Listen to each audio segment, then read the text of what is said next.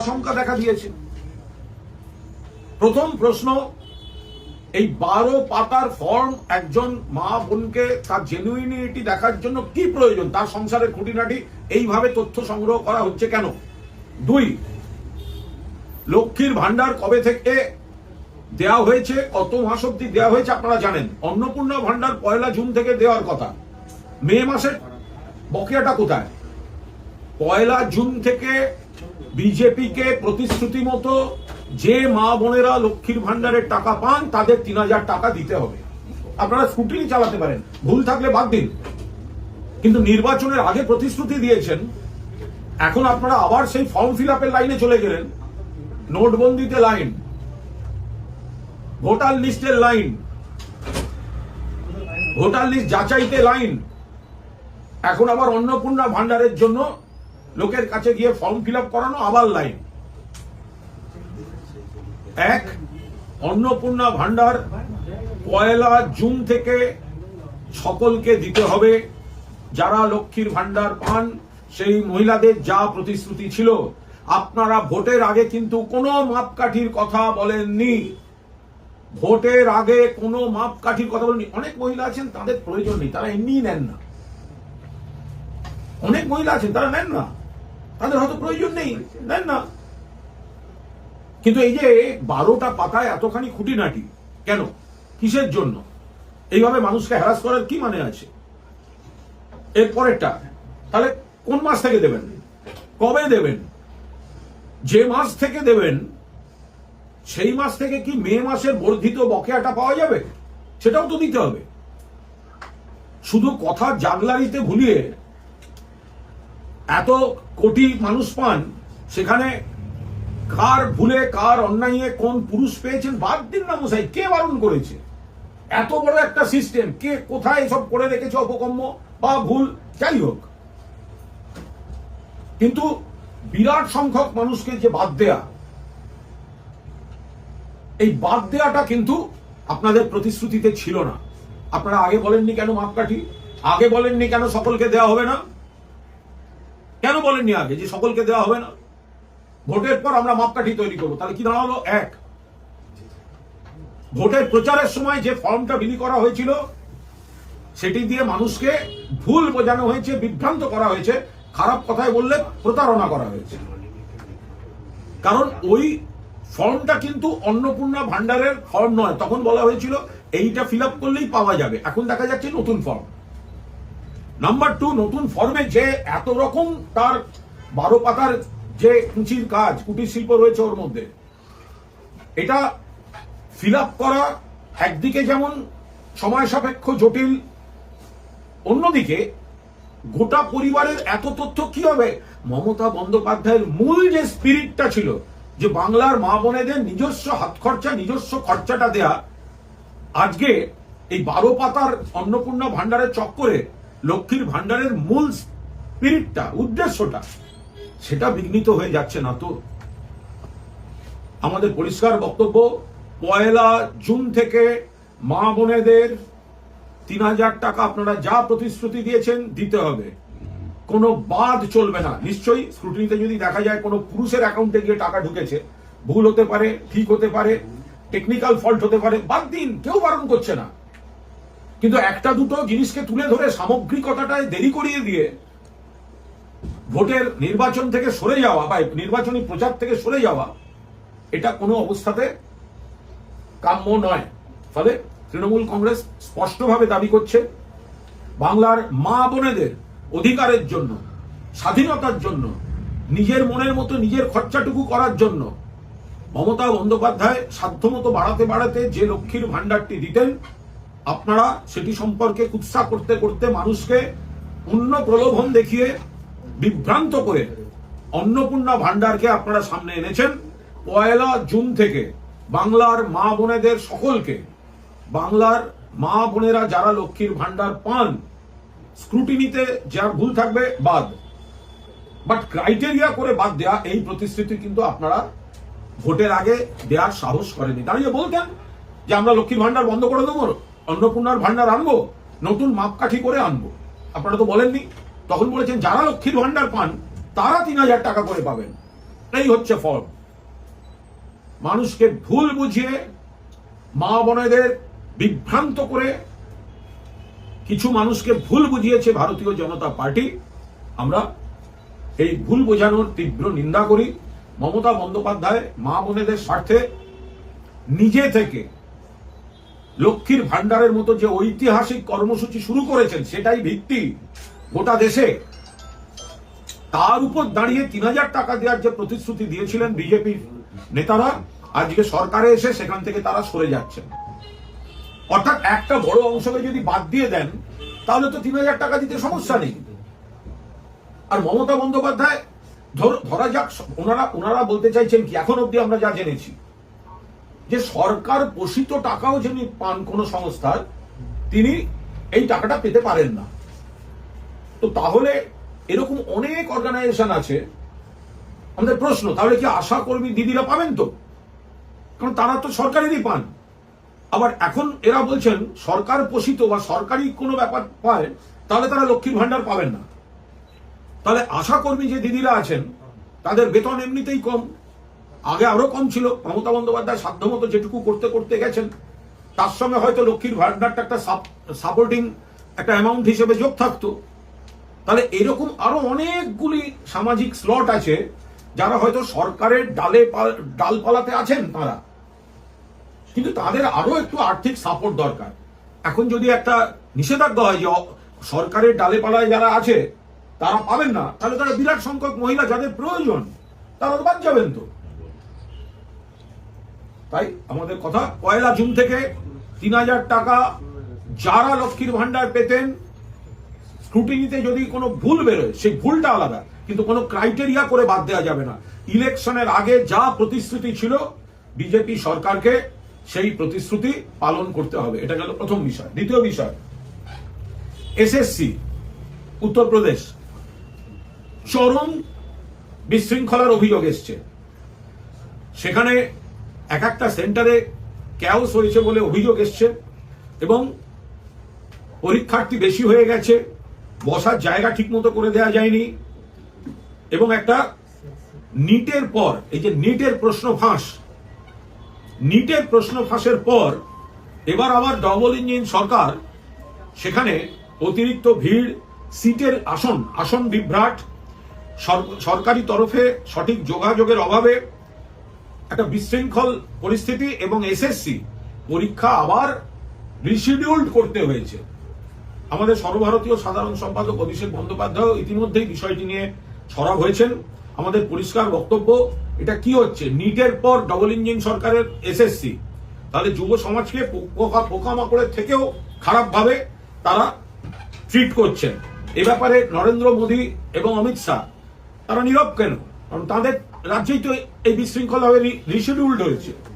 যে সরকার একটা পরীক্ষা সুষ্ঠুভাবে নিতে পারে না, তারা মানুষকে নানা ধরনের বিভ্রান্তিকর কথা বলে বিভ্রান্ত করছিল। ফলে আমরা এটা চোখে আঙুল দিয়ে দেখিয়ে দিতে চাইছি যে পদ্ধতিতে এরা করতে গিয়ে সম্পূর্ণভাবে এসএসসিটা বিঘ্নিত হয়েছে, এবং বহু ছাত্রছাত্রী যারা পরীক্ষা দিতে গেছিলেন তারা বিপাকে পড়েছেন। তো এইটা হচ্ছে, এবং তাতে মুখে কুলু পেটে বসে আছেন নরেন্দ্র মোদী এবং অমিত শাহ। এই হচ্ছে বিজেপির অবস্থা। তাদের নাকি এগুলো মডেল, তাদের ডবল ইঞ্জিন সরকার, লোকের সমালোচনা করে বেড়ায়, আমাদের রাজ্যে এসে বক্তৃতা দিয়ে যায়, কিন্তু নিজের রাজ্যে একটা পরীক্ষা ঠিকভাবে করতে পারে না। একটা কথা হচ্ছে যে আপনি যে প্রসঙ্গটি বললেন, প্রতারণার অভিযোগ, সেটাও বললেন। শ্রমিক ভট্টাচার্য তিনি একটা মন্তব্য করেছেন যে রেশন কার্ডে যেমন ভুয়ো কার্ড থাকে, লক্ষ্মীর ভান্ডারেও প্রচুর ভুয়ো কার্ড আছে। আমাদের বক্তব্য হচ্ছে, যখন একটা কিছু নতুন শুরু হয়, এটা তো মমতা বন্দ্যোপাধ্যায় বা তৃণমূলের লোকেরাই শুধু করছেন না। এটা দেখতে হবে যে এটা তো সরকারি স্ট্রাকচারে হচ্ছে। সেই সরকারি স্ট্রাকচারে তো সিপিএম পন্থী কর্মীও আছেন, অন্য দলের পন্থী কর্মীও আছেন। এটা তো একটা সরকারি স্ট্রাকচারে এত বড় কাজ, সারা বাংলার এত মহিলার অ্যাকাউন্টে নির্দিষ্ট সময়ে টাকা ঢোকা, এই কাজটা তো মমতা বন্দ্যোপাধ্যায় শুরু করে মানুষকে উপকার দিয়েছেন। এবার যদি দেখা যায় সেখানে কোনো ভুয়ো মানেটা কি? মহিলাই নেই, মহিলার অস্তিত্ব নেই, টাকা ঢুকছে। এখন অব্দি আমরা এরকম কিছু শুনিনি। আবার শোনা গেল অমুকের নামে টাকা ঢুকছে, একজন পুরুষের নামে টাকা ঢুকলে ভুল, বাদ দিয়ে দিন স্ক্রুটিনিতে। আবার অনেক ক্ষেত্রে দেখা যাচ্ছে ওই বাড়ির অ্যাকাউন্টটা হয়তো পুরুষের নামেই, স্ত্রী তার সঙ্গে জয়েন্ট অ্যাকাউন্টে আছেন, ফলে সেক্ষেত্রে পুরুষের অ্যাকাউন্টে টাকা ঢুকেছে। ফলে সেগুলোতে দেখে নিতে হবে। এখন এমন ভাবে বিষয়গুলোকে আনা হচ্ছে, কিছু বললেই মনে হচ্ছে যেন একটা চূড়ান্ত ইরেগুলারিটি বা অনিয়ম। তো এটাকে কেস টু কেস দেখা উচিত। যদি কেউ ভুয়ো নাম দিয়ে টাকা তুলে থাকেন, অন্যায় কাজ করেছেন। যদি কোনো একক পুরুষ লক্ষ্মীর ভান্ডার নিয়ে থাকেন, অন্যায় কাজ করেছেন, স্ক্রুটিনিতে বাদ যাক।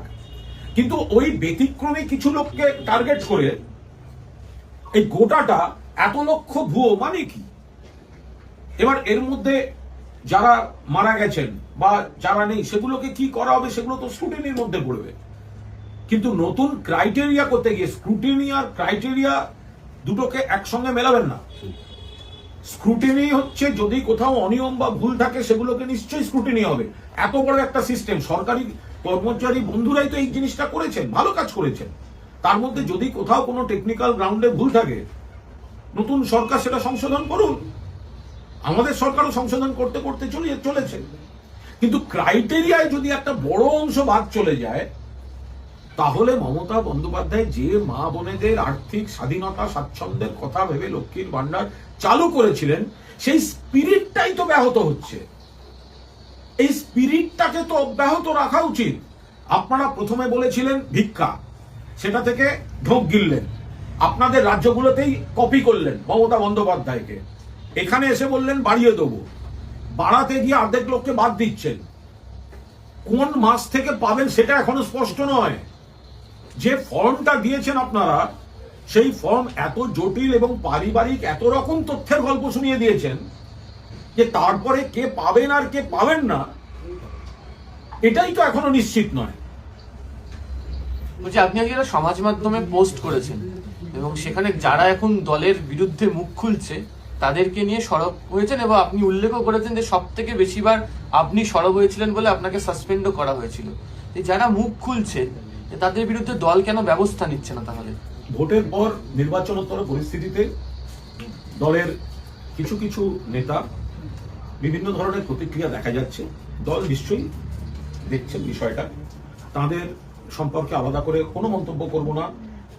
তাদের সব কথাই যে ভুল বা তারা যা বলছেন সেটা ঠিক নয়, এমন মন্তব্যও করব না। নির্বাচন কমিশন যে চক্রান্ত করেছে তা নিয়ে যেমন আমাদের বক্তব্য আছে, ভোট লুট নিয়ে বক্তব্য আছে, বৈধ ভোটার বাদ দিয়ে দেওয়ার বক্তব্য আছে। আবার নিশ্চয়ই মানুষ কিছু কিছু জিনিস পছন্দ করেননি বা আমাদের ভুল ত্রুটি ছিল, সেটা আমাদের নেতৃত্ব দেখবেন। কিন্তু সবে 1 মাস হয়নি ভোটটা হয়েছে। আমাদের নিশ্চিতভাবে দলের যে নেতারা বলছেন তারাও তো দলেরই। ফলে ভোটের আগে আমরা যারা ভোটে দাঁড়িয়েছেন, কেউ জিতেছেন, কেউ হয়তো পরাজিত হয়েছেন, আবার কেউ হয়তো তার ইচ্ছা ছিল প্রার্থী হওয়ার, হয়তো হতে পারেননি। তো এখন হারার পরেই সব খারাপগুলোকে বলাটা, এটা কতটা শোভনীয়? 1 মাস হয়নি, আমাদের কি তর সইছে না? যদি কোথাও কোনো ভুল থাকে আমরা দলের মধ্যে নিজেরা সবাই আলোচনা করব, নেতৃত্বকে বলবো, তাতেও যদি না হয় যার যার পথ খোলা আছে। আজকে যদি তৃণমূল কংগ্রেস ক্ষমতায় আসতো, তো তাহলে তো কে মন্ত্রী হবে কে মন্ত্রী হবে না তার জন্য দিদির বাড়ি আর অভিষেকের বাড়িতে লবি করা শুরু হয়ে যেত। ভাবুন একটু, এই দলটাই তো জনপ্রতিনিধি করেছে, এই দলটাই তো বিভিন্ন পদ দিয়েছে। ফলে কোনো কারণে সেটা ইলেকশন কমিশন বা আমাদের ভুল ত্রুটি, ইলেকশন কমিশন তো বটেই, বা আমাদের কিছু ভুল ত্রুটি, তো সঙ্গে সঙ্গে যদি আমরা অন্যরকম, আমাদের কত কর্মী ঘর ছাড়া, কত পার্টি অফিস দখল হয়ে পড়ে আছে, বেদখল হয়ে পড়ে আছে। ফলে এখন কত কর্মীর মিথ্যা মামলায় হ্যারাস্ট হচ্ছে, তাদের পাশে দাঁড়ানো দরকার। ফলে তার বদলে আমরা যদি এখন, মানে 1 মাসও হয়নি, আচ্ছা যদি দলটা জিতত, তাহলে এদের বিবেক তো ঘুমিয়ে থাকতো নিশ্চয়ই। আজকে উল্টেছে বলে খারাপ, নিশ্চয়ই খারাপটাকে খারাপ বলুন। আমি তো বলছি গত 4 বছরে আমি 3 বার সাসপেন্ড হয়েছি, আরে আমার রেকর্ড তো ভাঙতেই পারে না আজকাল। কিন্তু দল যখন ক্রাইসিসে, তখন নেত্রীর সঙ্গে দলের পাশে থেকে কর্মীদের সঙ্গে থাকবো না? আমি তো বলি বারবার, তৃণমূল কংগ্রেসে যদি অভিমান, রাগ, কারুর দেখাবার একটা তালিকা হয়, তার মধ্যে 1 নম্বরে থাকবে কুণাল ঘোষের নাম। আমার জীবন সর্বনাশ হয়েছে, কিন্তু আমি তারপরেও তো আমার তৃণমূলের প্রতি আনুগত্য, নেত্রীর প্রতি আনুগত্য, সেটা যারা আজকে জিতলেন, কোন প্রতীকে জিতেছেন? মমতাদের দেয়া প্রতীকে জিতেছেন, অভিষেকের দেয়া প্রতীকে জিতেছেন, দলের প্রতীকে জিতেছেন। যদি যেটাকে খারাপ বলছেন, তা সেদিন বললেন না কেন এই দলটার এই খারাপ, আমরা দাঁড়াবো না? বলতে পারতেন তো, তাহলে আরো স্বচ্ছতা থাকতো। কেউ জিতেছেন, কেউ পরাজিত হয়েছেন। আমার অনেকে তো দাঁড়াবার ইচ্ছাও ছিল, হতেই পারে সেটা। কোন দলের হয়ে? এই তৃণমূলের হয়ে। কার হয়ে প্রচার করেছেন? এই তৃণমূলের হয়ে প্রচার করেছেন। আজকে যদি তৃণমূল কংগ্রেসই আবার সরকার গড়ত, তাহলে কি এত রকম বিলম্বিত বিপ্লবীর জাগরণ দেখা যেত? না। আমাদের কি কোনো ক্ষোভ, অভিমান বা বক্তব্য বা গঠনমূলক কথা নেই? আছে। কিন্তু দলটা যখন একটা অদ্ভুত পরিস্থিতিতে আছে, এই সময় আমরা কেন এই জিনিসগুলো আমরা সামনে আনবো? এরা বলছেন যে কথা বলার চেষ্টা করা হয়েছিল। আপনার বক্তব্যের সঙ্গে অনেকে কিছুটা সহমত, কিন্তু তাদের বক্তব্য আমরা কথা বলার চেষ্টা করেছি। আইপ্যাক কোনোভাবেই আমাদেরকে পৌঁছতে দিত না। দ্বিতীয়ত, মমতা বন্দ্যোপাধ্যায়কে ঘিরে যারা থাকতেন তারা সেখানে আমাদের ঢুকতে দিত না। আমি সমস্ত মানছি, আমি আবার বলছি, তারা যা বক্তব্য রাখছেন সেই বক্তব্যকে আমি ভুল বলে তাদের সঙ্গে কন্ট্রাডিকশনে যাচ্ছি না। আমি বলছি রেজাল্টটা বেরিয়েছে এখনই, এই কতগুলো এটা, এই যে সমস্যাটার কথা বলছেন, এটা তো ভোটের আগেও সেই সমস্যাটা ছিল। তারপরেও তো আপনারা অনেকে প্রার্থী হয়েছেন, তারপরেও তো জিতেছেন, তারপরেও তো হেরেছেন। যদি আইপ্যাক নিয়ে কোনো অভিযোগ থাকে, তো এটা তো আগেও ছিল, এখনো আপনি বলতে পারেন। কিন্তু সেটা এই মুহূর্তে যখন দলটাকে একটু আমরা সবাই মিলে চেষ্টা করছি আবার একদম, আমরা দেখুন, আমরা এত মানুষের ভোট পেয়েছি। মমতা ব্যানার্জিকে দেখে এত মানুষ ভোট দিয়েছেন। 40% উপর ভোট তৃণমূলের, 80 জন বিধায়ক, 42 জন সাংসদ, এতগুলি পুরসভা, এত হাজার কাউন্সিলর, এত হাজার ত্রিস্তর পঞ্চায়েত সদস্য। কোথাও যদি ভুল থাকে, সেগুলো নিশ্চিতভাবে হবে। কিন্তু এত তাড়াতাড়ি অক্সিজেন ধারণ ক্ষমতাটা তো আরেকটু বেশি হওয়া উচিত। 1 মাসের মধ্যে দমবন্ধ হলে কি করে হবে? বলছি, গতকাল মমতা বন্দ্যোপাধ্যায়ের কবিতা লিখেছেন, বেশ বোঝাই যাচ্ছে তিনি বলছেন গিরগিটিয়ে যারা দল পরিবর্তন করছেন, ক্ষোভ প্রকাশ করছেন। বলছি এত সহজে রং পাল্টে নিচ্ছেন। দেখুন, দল পরিবর্তন করা এক জিনিস, অনেকের অনেক গ্রাউন্ড থাকে। আপনি জানি না ভবিষ্যতে এগুলো সব সময়ের সঙ্গে হয়। কিন্তু একটা দল, যে দলটায় থাকলাম, যে দলটার ক্ষমতার সময় থাকলাম, সবে থাকলাম, ঘটনাচক্রে বিরোধী পক্ষে সঙ্গে সঙ্গে নানা রকম একটা চিত্তচাঞ্চল্য শুরু হয়ে গেল। সেই জায়গাটায় বোধহয় নেত্রীর কবিতায় অসন্তোষ প্রকাশ করা আছে। আপনি যে সমাজ মাধ্যমে পোস্ট করেছেন, ওটা একটা শেষে একটা ইন্টারেস্টিং লাইন রয়েছে যে যদি দেখি দল ভুল পথেই রয়েছে তখন ভাববো। না, এটা কোনো দল পরিবর্তনের বিষয় নয়। এটা তো পরিষ্কার, যারা বলছেন তাদের কাছে আমি একটা সহকর্মী হিসাবে একটা আবেদন রেখেছিলাম। সবাই মিলে লড়া হয়েছে, দলের ভুল ত্রুটি কি ছিল না ছিল আপনিও জানেন, আমিও জানি। তা সত্ত্বেও আমরা একটা দলে আছি। কোন দল কি ধোয়া তুলসী পাতা নাকি? বিজেপির মধ্যে আদি বিজেপি, তৎকাল বিজেপি নেই, এখন তো আবার পোস্টপোল বিজেপি যোগ হয়েছে। তো ফলে সেই সব জায়গায় অন্য দলের সমস্যা নেই, 100% আছে। আমরা দলকে পরামর্শ দিন সবাই মিলে, যদি দল সেগুলো গ্রহণ করে ঠিকঠাক ভাবে চলে, মিটে গেল। নইলে আপনাদের তো ভাবার সময় পালিয়ে যাচ্ছে না। কিন্তু 1 মাসও হয়নি, একটা ভোট হয়েছে। যে দলটার হয়ে ভোট করলাম, যে নেত্রীর ছবি সামনে রেখে আমরা অনেকে জিতলাম, লড়লাম সবাই, জেতা হারাটা তো পরের কথা। এত তাড়াতাড়ি কি করে প্রকাশ্যে এগুলো করবো? দলের মধ্যে আমরা একটা চেষ্টা করে সুন্দরভাবে, আর যেখানে মানুষ চাইছেন, মানুষ রয়েছেন, কর্মীরা রয়েছেন, কর্মীদের প্রতিও তো আমাদের একটা দায়িত্ব আছে। যারা আক্রান্ত, যাদের বিরুদ্ধে মামলা চলছে, আমরা ওটা করব নাকি কে কবে মঞ্চে উঠতে পারেনি সেগুলো নিয়ে এখন সামনে যাবো? কর্মীরা অনেকে বলছেন হাতে গোনা, আপনার নাম বলছেন, আরো 2-3 জনের নাম বলছেন যে যারা রাস্তায় নামছে কর্মীদের পাশে রয়েছে। তাদের বক্তব্য যে যারা পার্টির সিনিয়র লিডার তারাই ঘরের মধ্যে বসে রয়েছেন। এটা পার্টির অভ্যন্তরীণ ব্যাপার, এটা নিশ্চয়ই পার্টির মধ্যে আলোচনা হবে। কর্মীদের আবেগ, কর্মীদের বক্তব্য নিশ্চিতভাবে গুরুত্ব দিয়ে, বা যারা ক্ষোভ প্রকাশও করছেন, আমি আবার বলছি, আমি তো তাদের পয়েন্টগুলো নিয়ে কোথাও কন্ট্রাডিক্ট করতে যাচ্ছি। এই টাইমিং একটা বিষয় এগুলো। কিন্তু এবার আমার বক্তব্য হচ্ছে যে কর্মীদের যে আবেগ, মমতা বন্দ্যোপাধ্যায় সবসময় বলেন কর্মীরাই আসল সম্পদ। কর্মীদের যদি অবজারভেশন কিছু থাকে, কোনো অভিমান থাকে, কোনো বক্তব্য থাকে, কোনো সাজেশন থাকে, নিশ্চিতভাবে মমতা বন্দ্যোপাধ্যায় সেগুলোই দেখছেন। আমরা সেই জন্যই বলছি নেতারাও আগে দলের মধ্যে খোলাখুলি যার যা বক্তব্য বলে এতদিন সমস্যা হয়নি। মমতা বন্দ্যোপাধ্যায় শুধু মুখ্যমন্ত্রীটা হয়ে গেলেই কিন্তু এত বিবেক জাগরণ বন্ধ হয়ে যেত। যারা বলছে যে সমস্ত মমতা বন্দ্যোপাধ্যায় যদি মুখ্যমন্ত্রী হতেন আর তৃণমূল কংগ্রেস যদি সরকার করতো তাহলে এই কথাগুলো শোনা যেত। কিন্তু কুণাল ঘোষ যখন এই প্রসঙ্গগুলো বলেছে তখন কিন্তু মানে পূর্ণ তৃণমূলের মধ্যে দাঁড়িয়েই বলেছে। কিন্তু ক্রাইসিসে এটা সময় নয়। ক্রাইসিসে কর্মীদের পাশে থাকা আমরা দলটা করার চেষ্টা করব। যে ক্রাইসিসের কথা বলছেন আপনি, ঠিক সেই সময় দেখা যাচ্ছে আপনার দলের দুজন সাংসদ মামলা পাল্টা মামলা, অভিযোগ পাল্টা অভিযোগ, স্পিকারকে চিঠি পাল্টা চিঠি, এথিক্স কমিটিতে যাচ্ছেন মহিলা সাংসদ, পুরুষ সাংসদ তাকে অশ্লীল কথা দেখছেন যে দুজন সাংসদ। আবার বলছি ওনাদা সিনিয়র, কল্যাণদার সিনিয়র, মানে অন্যতম সেরা সাংসদ, আইনজীবী, কাকলিদি কত পুরনো।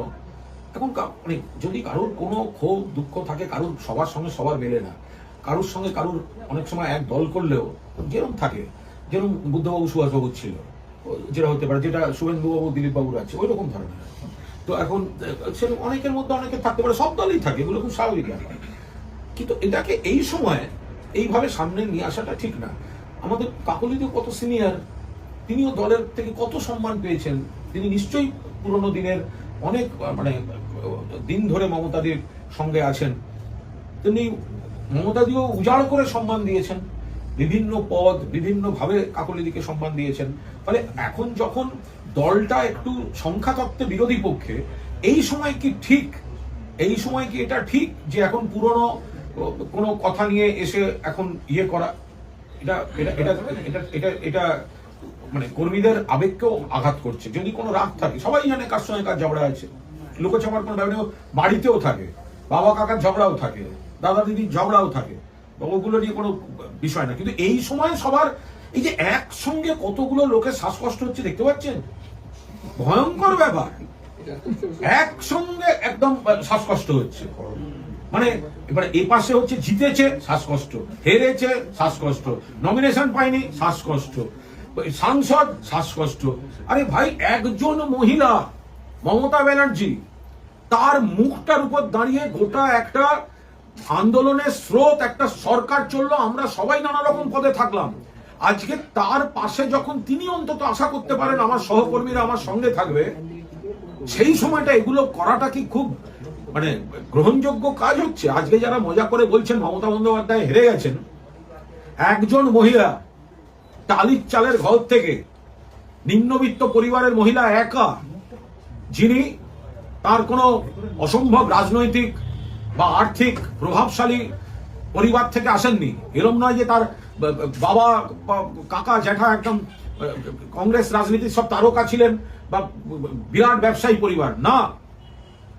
এরম নয় যে তার স্বামীর সূত্রে তিনি প্রচুর ইয়ে পেয়েছেন, না, তিনি বিয়েই করেননি। একা একজন মহিলা আগাগোড়া আন্দোলন করে একটা দল তৈরি করে তাকে 15 বছর ক্ষমতায় রেখেছেন, কেন্দ্রের মন্ত্রী পর্যন্ত হয়েছেন। তাকে আপনারা কি হেটা করছেন, কি হারাচ্ছেন? ওনার আর কি হারানোর আছে, আর কি প্রমাণ করার আছে? নির্বাচনে এদিক ওদিক হয়, ইলেকশন কমিশন করেছে, এবং আমাদেরও ভুল ত্রুটি ছিল, 100% ভুল ত্রুটি ছিল। সেগুলো বলে আমরা দলটাকে আবার সৈনিক হিসেবে আমরা সবাই একটা জায়গায় আনার চেষ্টা করছি। এই সময় যারা বিভিন্ন পদে ছিলেন, এই মমতা বন্দ্যোপাধ্যায়ের ছায়ায় যারা বেড়ে উঠেছেন, তাদের এই বিলম্বিত বিবেক জাগরণ এটা ঠিক নয়। সময় দিন আর একটু, যদি দেখেন হচ্ছে না, হবে না, তখন ভাববেন এখন কেন করছেন এগুলো। বলছি যে অরূপ চক্রবর্তী তো পদত্যাগ করেছেন মুখপাত্রের পদ থেকে, আবার দুর্নীতি ইস্যুতে জাতীয় মুখপাত্রের পদ ছাড়লেন এবার শান্তনু সেন। অ্যাকচুয়ালি এখন এত লোক পদ ছাড়বেন, আমি পার্টি অফিস থেকে আগে পদের লিস্টগুলো দেখে রাখবো, কারণ আমি তো সবগুলো জানিও না যে কে কোন পদে আছেন। ছাড়ার পর প্রমাণিত হবে বাবা, জানবো যে কে কি পদে ছিলেন। আচ্ছা, আমার যেমন পদ লাগে না সাধারণ ক্ষেত্রে, দল আমায় পদ দেয়, আমি খুব খুশি, কিন্তু পদ ছাড়াও দেখবেন কুণাল ঘোষ থাকে, পারফরমেন্স। তো সুতরাং আমি নিশ্চয়ই এত লোক যখন ইস্তফা দিচ্ছেন, আমি মুখপাত্র হিসেবে প্রতিক্রিয়া দেওয়ার আগে আমি দলের কাছ থেকে সব পদের তালিকাটা, নামাবলিটা নিয়ে রাখবো, নইলে তো আমি জানি না কে কোন পদে আছে। শান্তনু সেন জাতীয় মুখপাত্র আপনি জানতেন না? দেখুন, জাতীয় মুখপাত্র মানে শান্তনু আমার বন্ধু লোক, ডক্টর শান্তনু সেন, এবং শান্তনুর সঙ্গে দলের দূরত্বের সময় আমার খুব খারাপও লাগতো, এবং আমার সঙ্গে তার টুকটাক যোগাযোগও থাকতো। বলুন, যোগাযোগও থাকতো, কিন্তু এখন তিনি তার মনে হয়েছে কোনো একটি দায়িত্ব ছেড়েছেন। তবে আমার মনে হয় এইসব ছাড়াছাড়িগুলো যদি ভোটের আগে মমতা বন্দ্যোপাধ্যায় মুখ্যমন্ত্রী হলে কিন্তু উনি ছাড়তেন না। আমার বন্ধু শান্তনু, বাট মমতা বন্দ্যোপাধ্যায় মুখ্যমন্ত্রী হলে কিন্তু এইসব ইস্তফাগুলো হতো না। আমি আবার বলছি, এইগুলো যদি মমতা বন্দ্যোপাধ্যায় মুখ্যমন্ত্রী হতেন এবং মমতা বন্দ্যোপাধ্যায় সরকার হতো, তাহলে কিন্তু এই ইস্তফা, এই অমুক তমুক হতো না। তখন দেখতেন যে 1 বছর অন্তর কুণাল ঘোষই কোনো সিস্টেম নিয়ে সরব হচ্ছে, আর কুণাল ঘোষ একাই সাসপেন্ড হচ্ছে, আবার তার 7 দিন বাদে কুণাল ঘোষ আবার কাজে ফিরছে। তখন আমি যখন সাসপেন্ড হতাম, একটা বিপ্লবীকে আমি খুঁজে পাইনি ব্রাত্য বসু ছাড়া পাশে। আমি তো দলের মধ্যে দলের কিছু সিস্টেম নিয়ে আমি বলেছি, তো বলে তো আমি সাসপেন্ড হয়েছি। তখন আজকের বিপ্লবীরা কোথায় ছিল? কিন্তু দল যখন একটুখানি অন্য পরিস্থিতিতে থাকে, তখন আমরা কর্মীর পাশে থাকবো, নেত্রীর পাশে থাকবো। তখন কেন এসব বলবো? যখন দল পুরো ফর্মে, তখন বলার দম থাকবে না। আর দল যখন একটুখানি সামান্য এদিক ওদিকে যাবে, কতগুলো লোক একসঙ্গে শ্বাসকষ্ট, বাবারে বাবা, সমস্ত নার্সিংহোম, হাসপাতালে অক্সিজেন সিলিন্ডার অ্যালার্ট রাখা হয়েছে, যে একেবারে যখন তখন যাত্রার শ্বাসকষ্ট হতো। কিন্তু এখন তো বিজেপি সরকার, এখন সহজ মানে ওইভাবে দিয়ে দেবে? শ্বাসকষ্ট হলে বিজেপির ডাক্তাররা চিকিৎসা করবে। বলছি সৌগত রায় নিমতায় তাকে ডিম ছোড়া বলেছে, অন্যায় হয়েছে এটা। সৌগত রায় একজন বর্ষিয়ান সাংসদ, বর্ষিয়ান নেতা। এই ডিম ছোড়া, গালাগালি, এটা কোনো সংস্কৃতি হতে পারে না। কারা শুনেছে? হ্যাঁ, কারণ আপত্তিকর কাজ। সৌগত রায়ের সঙ্গে আমাদের কিছু ব্যাপারে মিলতে পারে, নাও মিলতে পারে। বিজেপি স্বাভাবিক সৌগত রায়কে পছন্দ হবে না, তাহলে এই ডিম ছোড়া, তো গালাগালি করা, এটা কোনো রাজনীতি হতে পারে না। Thank you.